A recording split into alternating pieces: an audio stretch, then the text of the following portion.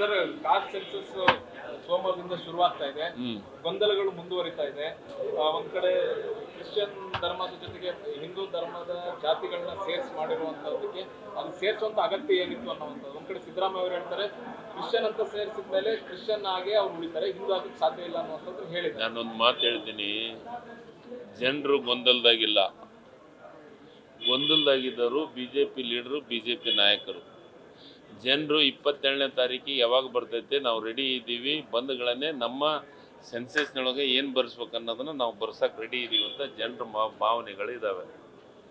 ಆದರೆ BJP ನಾಯಕರು ಗೊಂದಲದಾಗದಾರ. ಅವರು ಯಾಕೆ ಗೊಂದಲದಾಗದಾರ ಅಂದರೆ, ಏನಾದರೂ ಈ ಕಾಸ್ಟ್ ಸೆನ್ಸಸ್ ಆಗಿ ಶೈಕ್ಷಣಿಕ ಸಾಮಾಜಿಕ ಸಮೀಕ್ಷೆ ರಾಜ್ಯ ಸರ್ಕಾರದ ಕೈಯಾಗಿ ಸಿಕ್ಕರೆ ಎಲ್ಲ ಯೋಜನೆಗಳನ್ನು, ಬಡವರಿಗಾಗಿ ಯೋಜನೆಗಳನ್ನು ಸಿದ್ದರಾಮಯ್ಯನವರು ಕಾಂಗ್ರೆಸ್ ಪಕ್ಷದವರು ಮಾಡ್ತಾರ ಅನ್ನೋ ದೃಷ್ಟಿಕೋನ ಇಟ್ಕೊಂಡು ಅದಕ್ಕೆ ಅವರು ಟೆನ್ಷನ್ ಇದ್ದಾರೆ. ನಮ್ಮ ಅಸ್ತಿತ್ವನೇ ಹೋಗಿಬಿಡ್ತೈತೆ, BJP ಅಸ್ತಿತ್ವನೇ ಹೋಗಿಬಿಡ್ತೈತೆ. ರಾಜ್ಯದೊಳಗೆ ನಾವು ಏನು ಕೇಳಿ ಮತವನ್ನು ಕೇಳೋಣ. ಒಂದು ಕಡೆ ಮತ ಕಳ್ತನ, ಇನ್ನೂ ಒಂದು ಕಡೆ ಅಭಿವೃದ್ಧಿನೇ ಇರಲಾರ್ದ ಅವಕಾಶಗಳನ್ನು 2-3 ಸತಿ ಈ ರಾಜ್ಯದೊಳಗೆ ಅವಕಾಶಗಳನ್ನು ಕೊಟ್ಟರು ಒಂದು ಅಭಿವೃದ್ಧಿ ಕೆಲಸಗಳನ್ನು ಮಾಡಿಲ್ಲ.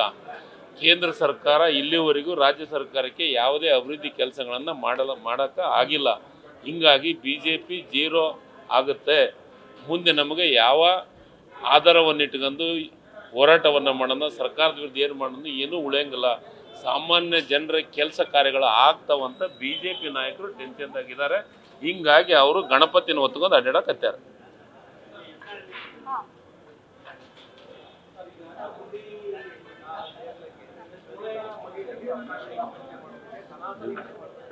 ನಾನು ಒಂದೇ ಮಾತು ಹೇಳ್ತೀನಿ, ದಲಿತರ ಬಗ್ಗೆ ಎಷ್ಟು ಗೌರವ ಕೊಡ್ತಾರೆ ಅನ್ನೋದು BJP ಅವರು ಮತ್ತು ಬಸನಗೌಡ ಪಾಟೀಲ್ ಯತ್ನಾಳರಿಗೆ ಈ ರಾಜ್ಯದ ಜನತೆಗೆ ಗೊತ್ತಾಗಿದೆ.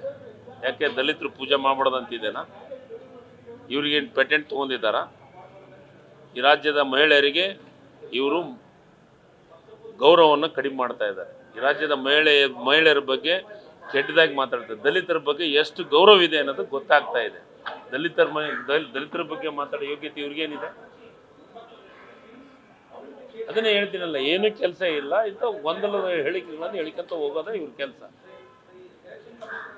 ಸರ್, ಈಗ ರಾಹುಲ್ ಗಾಂಧಿ ಒಂದು ಟ್ವೀಟ್ ಮಾಡಿದ್ದಾರೆ, ಆಳಂದ ಕ್ಷೇತ್ರದಲ್ಲಿ 6,000 ಮತಗಳನ್ನ ಕಳವು ಮಾಡಲಾಗಿದೆ. ಅಂದ್ರೆ ಅವ್ರನ್ನ ವೋಟರ್ ಲಿಸ್ಟ್ ಇಂದ ಡಿಲೀಟ್ ಮಾಡಲಾಗಿದೆ. ಅದು ಕಾಂಗ್ರೆಸ್ ಗೆ ವೋಟ್ ಹಾಕ್ತಾರೆ ಅನ್ನುವಂಥವ್ರನ್ನ ಗುರುತಿಸಿಕೊಂಡು ಡಿಲೀಟ್ ಮಾಡಲಾಗಿದೆ ಅನ್ನೋ ಆರೋಪ. ಸರಿ, ಒಂದು ಬಹಳ ಸ್ಪಷ್ಟವಾಗಿ ಹೇಳಲಿಕ್ಕೆ ಇಷ್ಟಪಡ್ತೀನಿ. ರಾಹುಲ್ ಗಾಂಧಿ ಅವರು ಕರ್ನಾಟಕ ರಾಜ್ಯಕ್ಕೆ ಬಂದು ಮಹದೇವಪುರ ಹಿಡ್ಕೊಂಡು ಬೇರೆ ಬೇರೆ ಕ್ಷೇತ್ರದೊಳಗೆ ವೋಟ್ಗಳ ಕಳ್ಳತನ ಆಗ್ತಾ ಇದೆ, ದೇಶಾದ್ಯಂತ ಈ ರಾಜ್ಯಾದ್ಯಂತ ಆಗಿದೆ ಅಂತ ಪ್ರೂವ್ ಮಾಡಿದ್ದಾರೆ ಮತ್ತು ಮಾಧ್ಯಮದ ಮುಂದೆ ಹೇಳಿದ್ದಾರೆ. ನಾನೇನು ಹೇಳ್ತೀನಿ, ಇದಕ್ಕೆ BJP ಅವರು ಉತ್ತರವನ್ನು ಕೊಡಬೇಕು. ಕಳುವಾಗಿದೆ ಅಂತ ಇವರು ಮೌನವಾಗಿರೋದು ನೋಡಿದ್ರೆ ಕಳ್ಳತನ ಆಗಿದೆ, ಕಳ್ಳತನ ಮಾಡಿದಾರಂತೆ ಪ್ರೂವ್ ಆಗುತ್ತೆ. ಯಾಕಂದರೆ ಇಲ್ಲಿವರೆಗಾದರೂ ಪ್ರಧಾನಮಂತ್ರಿಗಳು ಇದ್ರ ಬಗ್ಗೆ ಹೇಳಿಕೆಯನ್ನು ಕೊಟ್ಟಿಲ್ಲ ಮತ್ತು ಅಮಿತ್ ಶಾ ಅವರು ಹೇಳಿಕೆ ಕೊಟ್ಟಿಲ್ಲ.